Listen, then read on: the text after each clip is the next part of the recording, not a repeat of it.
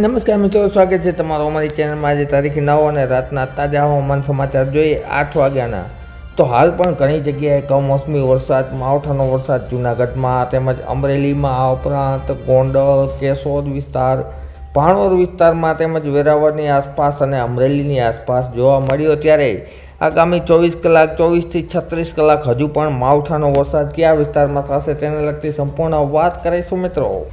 તારીખ 10 અને સાંજના તાજા હવામાન સમાચાર મુજબ જોઈએ તો વેરાવળની આસપાસના વિસ્તારોમાં તેમજ માંગરોળ, કેશોદ, આ ઉપરાંત ગીર વિસ્તારમાં, વિસાવદર, ધારી વિસ્તારમાં, તુલસીશ્યામમાં, ઉનામાં, રાજુલામાં, કોડીનાર, દીવમાં ગાજવીજવાળો વરસાદ હજુ પણ જોવા મળશે મિત્રો। ત્યારબાદ વાત કરીએ તો મધ્ય સૌરાષ્ટ્રમાં ખાસ કરીને ગોંડલ તેમજ જેતપુર, આ ઉપરાંત ઉપલેટા તેમજ બાબરા, અમરેલી, બગસરા, જૂનાગઢના વિસ્તારમાં સાથે સાથે જસદણના વિસ્તારોમાં પણ ગાજવીજવાળો વરસાદ છે એ જોવા મળશે મિત્રો। ત્યારબાદ આપણે વાત કરીએ આગળ પશ્ચિમ સૌરાષ્ટ્રમાં, તો પશ્ચિમ સૌરાષ્ટ્રમાં 10 તારીખના રોજ લાલપુર તેમજ ખંભાળિયામાં સતત વરસાદ જોવા મળ્યો છે, હજુ પણ જોવા મળશે। ભાટિયા, કલ્યાણપુર તેમજ સાથે સાથે ભાણવડ, પોરબંદરના વિસ્તારોમાં તેમજ જામનગરના વિસ્તારોમાં, આ ઉપરાંત વાત કરીએ તો દ્વારકાની આસપાસના વિસ્તારમાં પણ હળવો વરસાદ જોવા મળશે, જ્યારે ખંભાળિયા, જામનગરમાં ગાજવીજ સાથે વરસાદ જોવા મળશે મિત્રો। ત્યારબાદ આપણે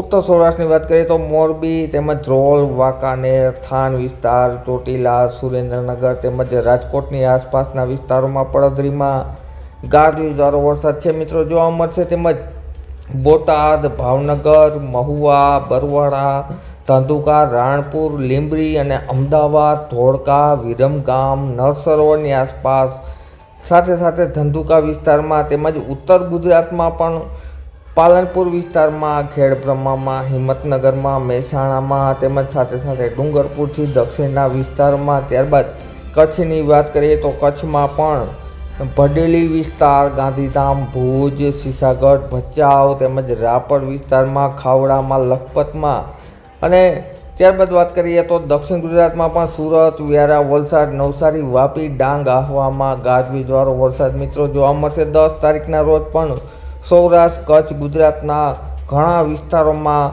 માવઠું છે એ આંધી તોફાન સાથે અને કરા સાથે જોવા મળશે મિત્રો। અને ત્યારબાદ પણ તારીખ 11ના રોજ પણ ધીરે ધીરે હજુ પણ વરસાદી માહોલ છે જોવા મળશે। તમે જોઈ શકો છો તેને લગતી સંપૂર્ણ વાત 11 તારીખની અમે આવનારા વિડીયોમાં તમારી સમક્ષ રજૂ કરતા રહીશું, માટે અમારી ચેનલ સબસ્ક્રાઈબ કરી લેજો મિત્રો। ખબર તમારા કામની છે। વિડીયો જોવા બદલ ખૂબ ખૂબ આભાર।